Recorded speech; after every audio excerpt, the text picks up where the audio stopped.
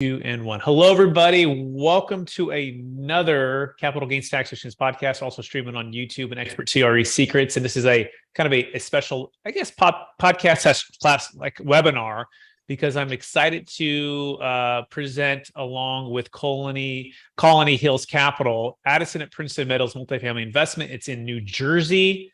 And we're going to dive right in with the leaders of Colony Capital, Julian Vogel and Glenn Hansen. Glenn and Julian, how are we doing today, gentlemen? Fantastic. Yeah, thanks for having us. Thanks.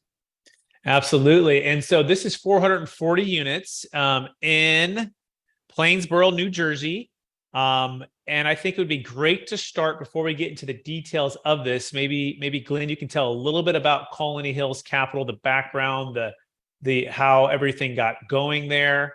And just a little bit of your guys' track record, and then we'll dive in with Julian on some of the details on this new investment opportunity. So, Glenn, take it away. Yeah, happy to. Thanks for having us on the show, Brett. It's a pleasure. To answer your question, I'll be brief. Colony Hills Capital, I founded the company in 2008, and we've been focused on our thesis, which is to find and purchase multifamily properties nationwide, anywhere that we can get a 20% IRR and 8% cash on cash on the initial underwriting. We focus on off-market transactions in primary and secondary markets. And to date, we've purchased over 11,000 apartments and closed out of $500 million in deals at this point with an average levered IRR of 36%.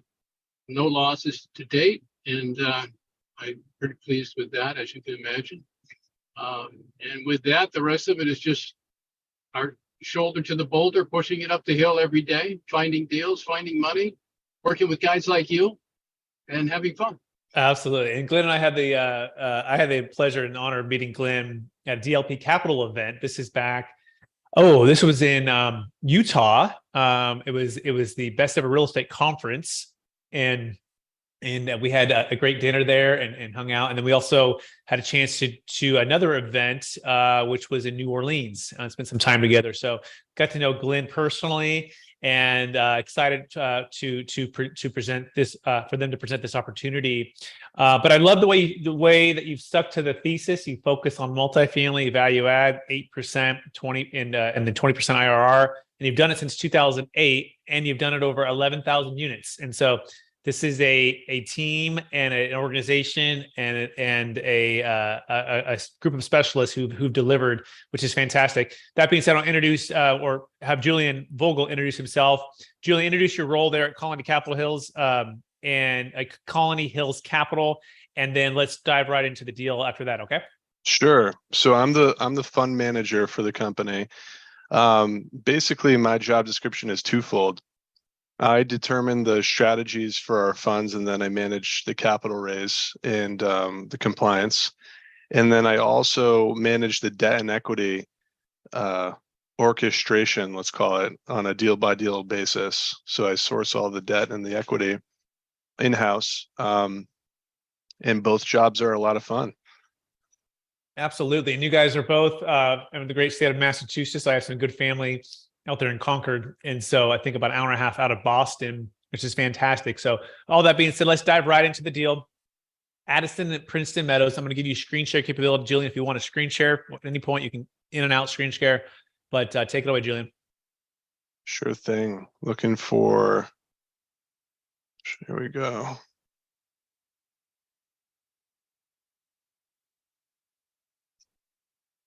Okay, can you guys see this? Absolutely. Yes, got it.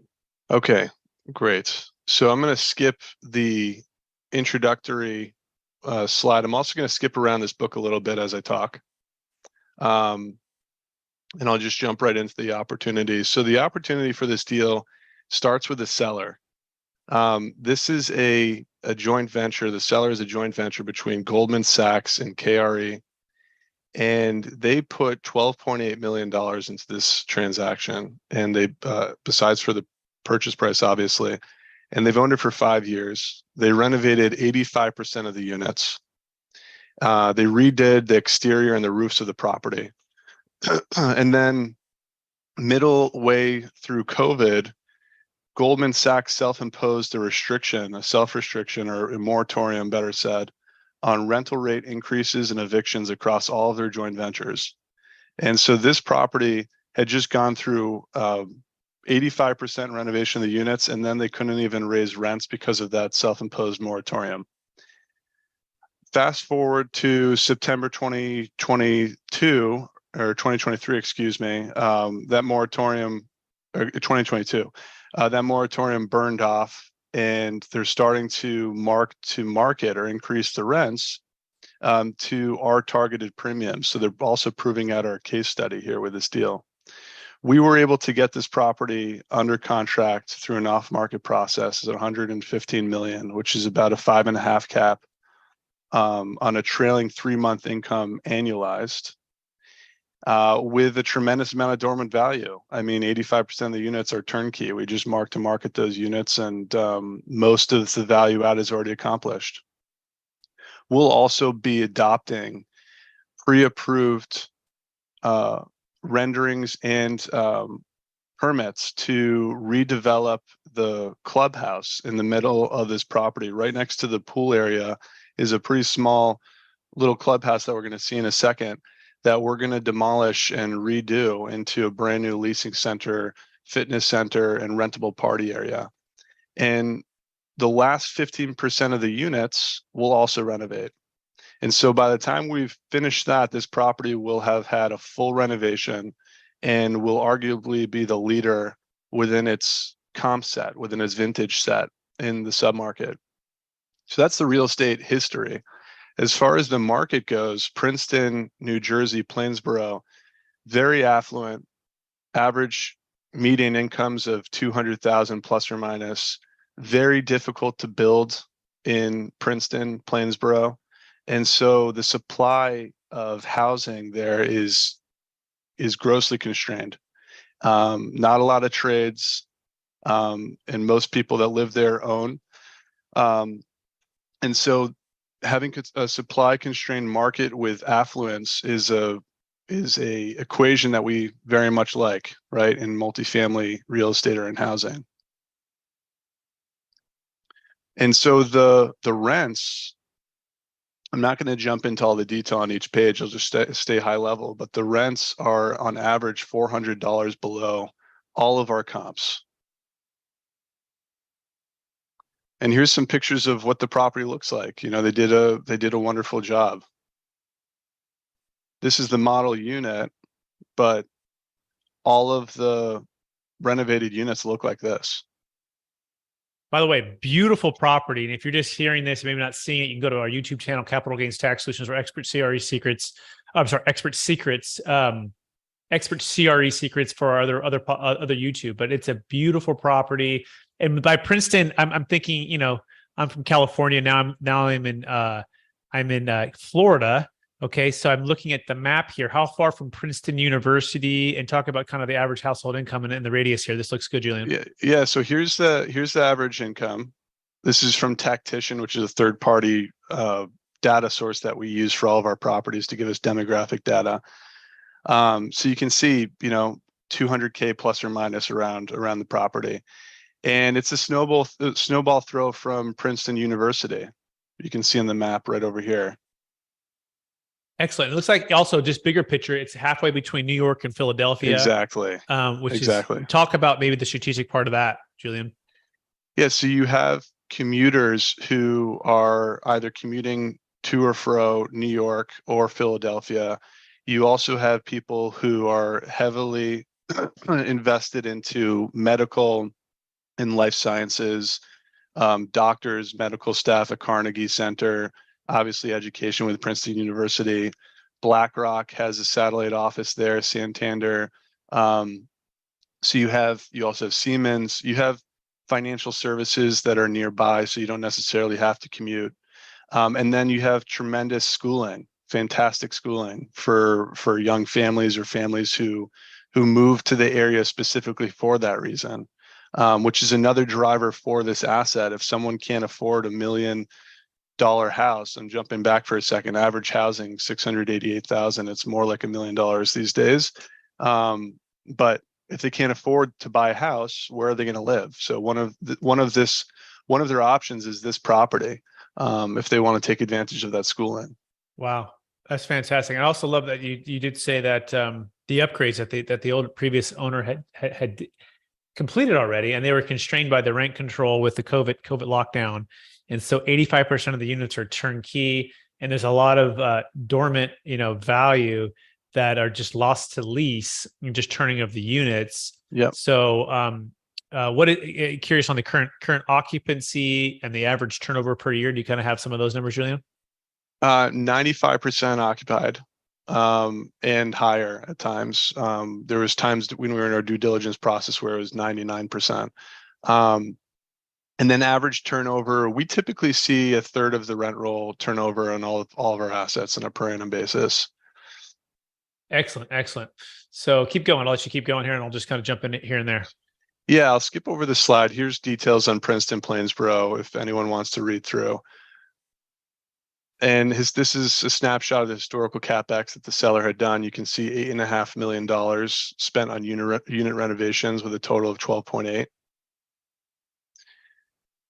And here's a snapshot of our planned CapEx. So the biggest line items here you're going to see is the clubhouse, which I already mentioned. We're going to see a rendering in a second, which we have about $2 million budgeted for.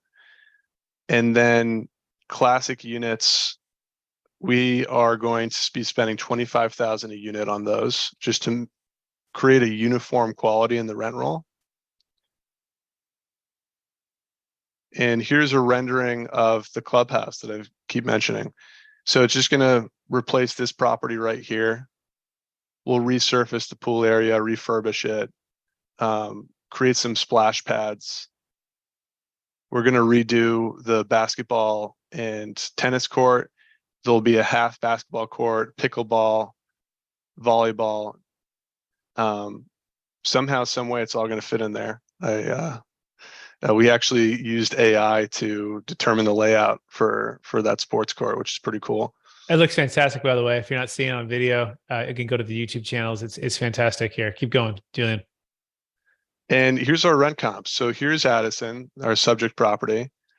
And it's important to notice that you have 1, 2, 3 properties, 3 comps that haven't been renovated, right? Deer Creek was renovated in 2000, but that's 23 years ago.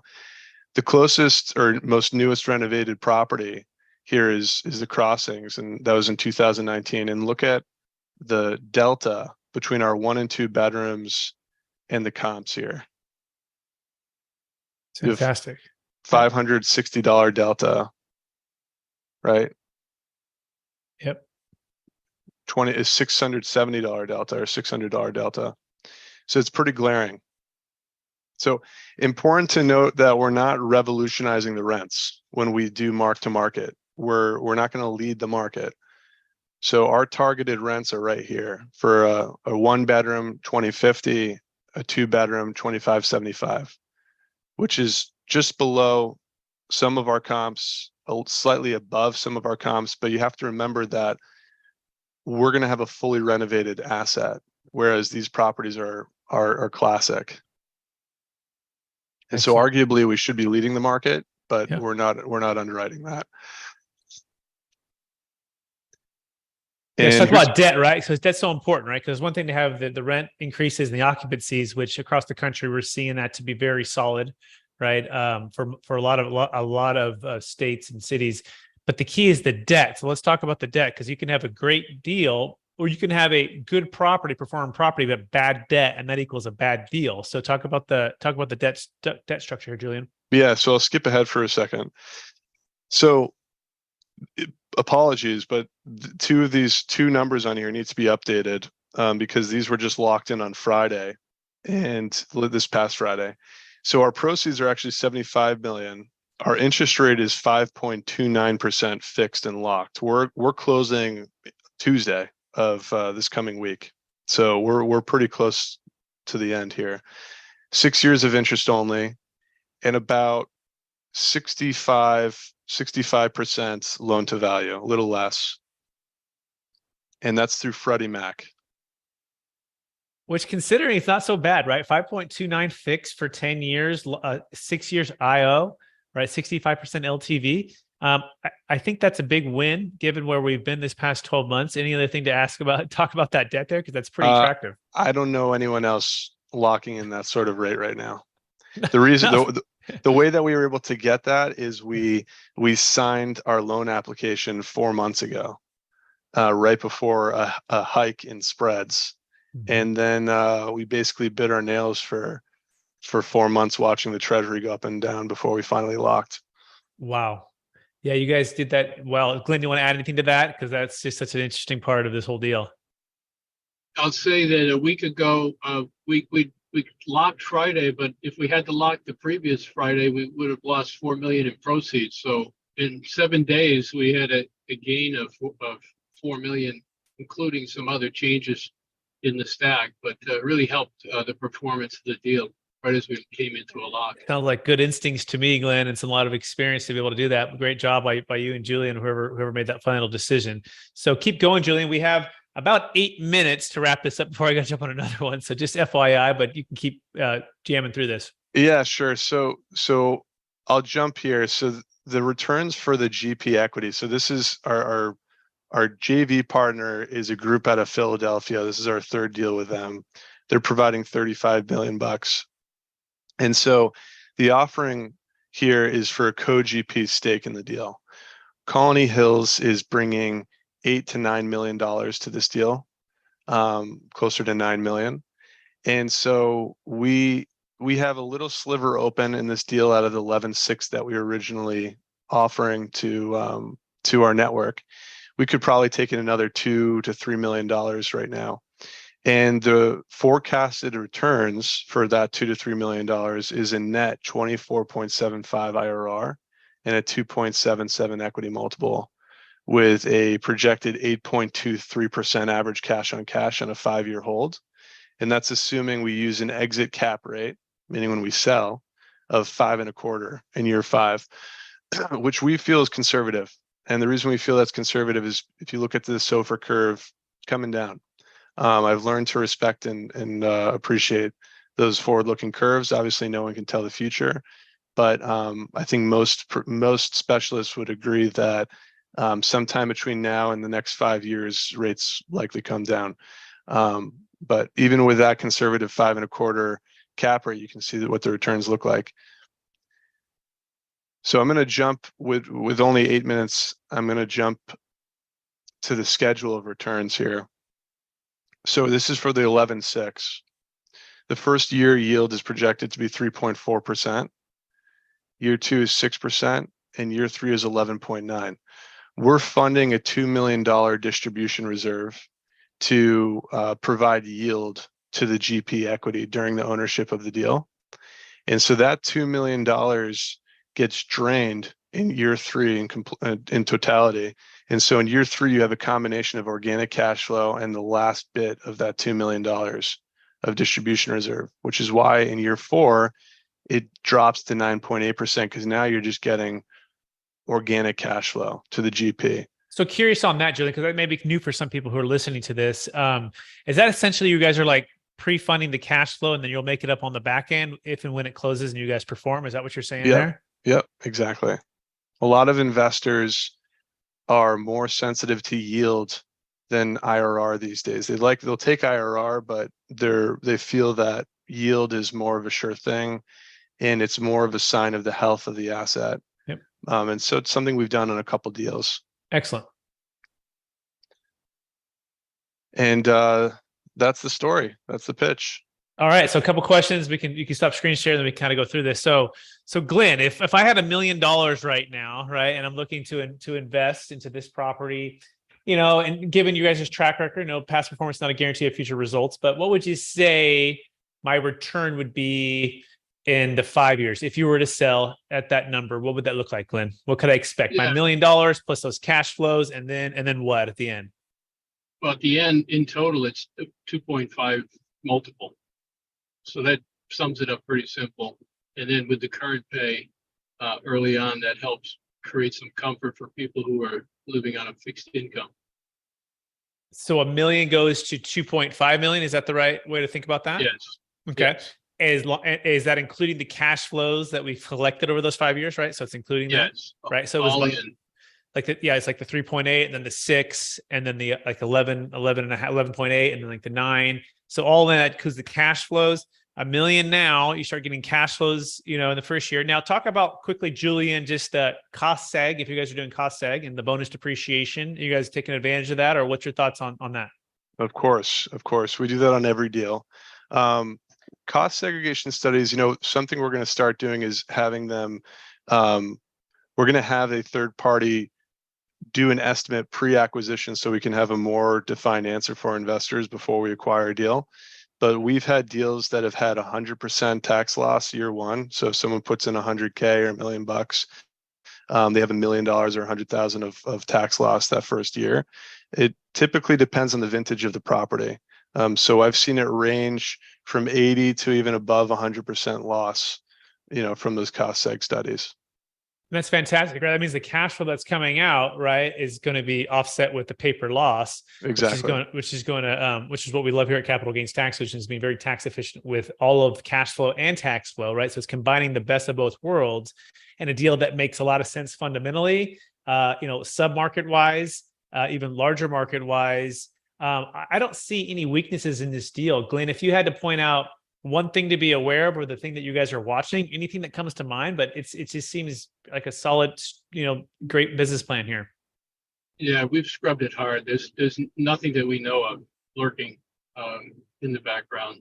And to that point, we're putting millions of dollars of our own capital in. Julian, with the fund and our own investment, what are we anticipating having in this transaction at this point? 9 million. Okay, so that's a pretty good indication right there that we believe, right? Absolutely, Glenn. By the way, Julian, what's the I know it's about 2.77 is the multiplier, is the estimate there, right? Mm-hmm. What is the GPLP split, right? What does that look like? What's the pref? Do you guys have that? I don't know if we mentioned that, maybe just mention that really fast here. Yeah, I skipped over it because I didn't want to chew up too much of the time, but I'll get right into it. Yeah. So during the ownership period, there's a soft priority return to our JV partner of 8.5%, then 8.5% to the GP equity, and then thereafter during the ownership period, the GP equity gets a 60% promote off of the LP on cash flow. So if $100,000 was going to go to the LP, they only get 40,000, and 60,000 goes to the GP instead, after an 8.5 and an 8.5 is accomplished. On sale, debt is paid off, cash goes to the LP equity until they hit a 12.5, then to the GP equity until we hit a 12.5, and then we get a 60% promote off of the LP position until a 15 IRR is achieved, and then it's a 75-25% split. Very healthy promote structure for the GP. I don't see this sort of promote structure often. I don't know about you. And then for the co-GP position, right, the 11.6 that we're bringing into the GP equity, Colony Hills is asking for a 15% promote after all members have achieved a 10 IRR. So once everyone's hit a 10 IRR, then it's a 15% promote. Excellent. We are out of time. Great job, guys. Julian, if people want to find you and Glenn, what's the best place for them to find you? Email julian.vogel@colonyhillscapital.com. Excellent. And that's spelled VOGEL, and Julian's just like it sounds. And with an A instead of an E. A lot of people. Oh, E there, yeah. V-O-G. No, it's a JULIAN instead of an EN. For Vogel, Julian. VOGEL. Got it. Okay. Yep. And by the way, it is spelled correctly on the other screen, so you guys can't see that. It says pop up here on YouTube. And so if you guys want to learn more, go to colonyhillscapital.com, connect with Julian and Glenn, and take action. If you're looking to exit a highly appreciated asset and you're looking for ways to defer capital gains tax and then invest into investments just like this, our company can help you build an effective capital gains tax exit plan. You can go to capitalgainstaxsolutions.com. Look for the new book that just got released on hit number 1 on Amazon, which is Building a Capital Gains Tax Exit Plan. Check that out. We so appreciate you watching this, and we will talk to everyone again.